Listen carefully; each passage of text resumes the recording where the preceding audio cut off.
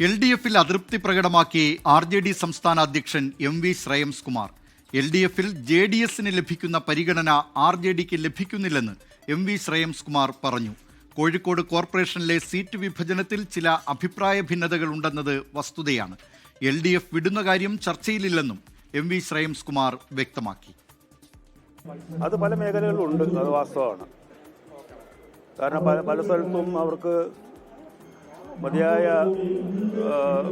സംഘടനാ ശേഷിയില്ലാത്ത സ്ഥലത്ത് ചില സ്ഥലങ്ങളിൽ അങ്ങനെ സംഭവിക്കുന്നുണ്ടെന്ന് ഞാൻ മനസ്സിലാക്കിയത്. അത് കോൺക്രീറ്റ് ആയിട്ട് ഡീറ്റെയിൽസ് എനിക്ക് അറിയില്ല. അങ്ങനെ ചർച്ച നടന്നുകൊണ്ടിരിക്കുകയാണ്. പല സ്ഥലത്തും ചർച്ച കഴിഞ്ഞിട്ടുണ്ട്, ചിലർക്ക് ചർച്ച നടന്നുകൊണ്ടിരിക്കുന്നു, ചില തർക്കങ്ങളുണ്ടാവും, എല്ലാവരുമായിട്ടുണ്ടാവും.